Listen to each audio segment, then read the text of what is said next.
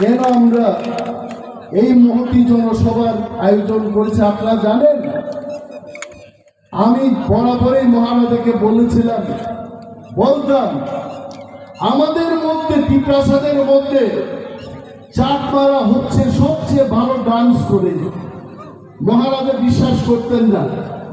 আজকে যখন এখানে আমাদের এক ভাই এখানে চাকমা ভাষায় যখন গানটা করেছে, মহিলারা যখন ডান্স করেছেন, মহারাজা আমাকে বলেছেন আগামী ডিসেম্বর মাসে যখন ইউথ ফেস্টিভ্যাল হবে, পেচারথল থেকে পাথরুতুরুর একটা দল সেখানে গিয়ে ডান্স করবে।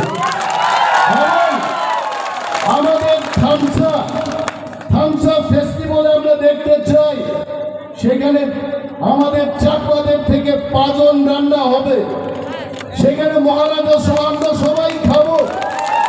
100 প্রকার সবজি দিয়ে আমরা খাবো এবং আমরা এনজয় করব।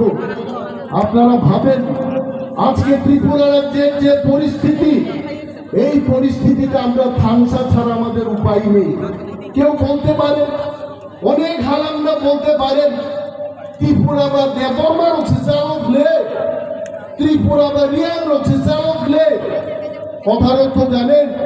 ত্রিপুরা রাজ্য তো ত্রিপ্রাসাদের মধ্যে দেবর্মা রিয়াং জমাতিয়ারা চালায়, মেনেই নিলাম। আমি মাইনে নিছি এই কথা।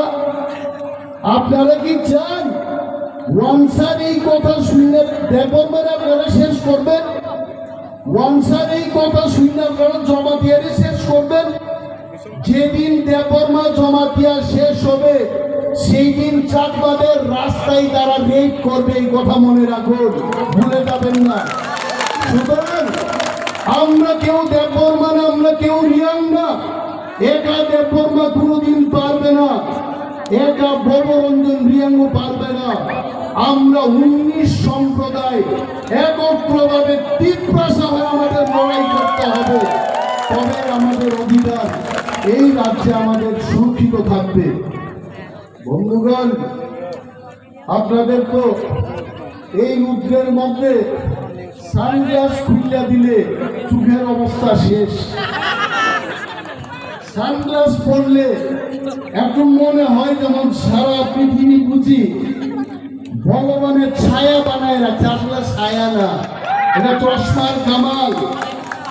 আমি আপনাদের বলি, আমরা যদি থামসা থাকতে পারি, এইবার মহারাজা এখানে উপস্থিত আছেন, ওনার সামনে আমি বলছি আজকের যে পরিস্থিতি আমরা সমীক্ষা করালাম, এই সমীক্ষাই বলে আমরা 19 সদা যদি আমরা একত্রিত থাকি, আমরা অন্যের হাতে যদি বিক্রি না হই, ত্রিপুরা রাজ্যের ত্রিপুরা মথা একাই 35টা সিট দখল করে আমরা ক্ষমতায় আসতে পারি।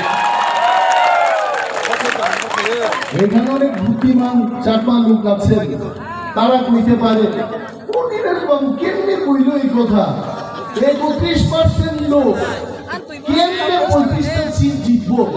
আর এইটাই তো অঙ্কের ব্যাপার, অঙ্ক জানতেই।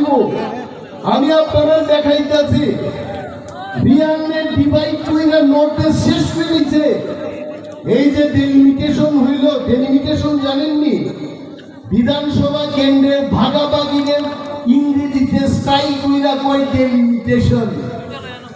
অনেকে কয় আমি তোমারে ভালো পাই কইতে লজ্জা লাগে, আবার মাল খায় আই লাভ ইউ কইতে লজ্জা লাগে না। আমি আপনাদের কই, এই যে বিধানসভার ভাগাভাগি ডেলিমিটেশন করলো, যে রামছড়া খেলাছড়া এই সমস্ত অঞ্চলে ফালাইছে কই পানিসাগর, তারপরে এই পেচারথল রিয়াংরানে ঢুকাই দিল কিছু, কাঞ্চনপুরে আছে। সমস্ত রিয়াংরানি নিয়ে যদি নর্থের মধ্যে আমরা কনস্টিটিউয়েন্সি বানাই, 3টা রিয়াংয়ের কনস্টিটিউয়েন্সি আমরা বানাইতে পারতাম, কিন্তু কড়া পাতা দেখা এটা করতে দিতে না। চাকমারও একই অবস্থা। চাকমারে পেচারথল অর্ধেক রাখলো, আর কিছু হেমন্ত বাবু আসেনি। হেমন্ত বাবু তো আঞ্চলিক দল করতে করতে আমার মতো মাথার চুল গেছে গিয়া। কই হেমন্ত বাবু? হেমন্ত বাবু এড়ে রাখছে কাঞ্চনপুরে। এইভাবে বাদ করতে করতে আমাদের মনের ভিতরে ভয় ঢুকাই দিতে কই তীব্রাসারা বাড়তো না একা, কিন্তু আমরা বোকা না। আমরা হিসাব করছি মণিপুরি, মুসলমান, হিন্দুস্তান আর ত্রিপুরা যদি আমরা এক লগে লড়াই করি 44টা সিট আমাদের হাতের মুঠায় আমরা পাবো।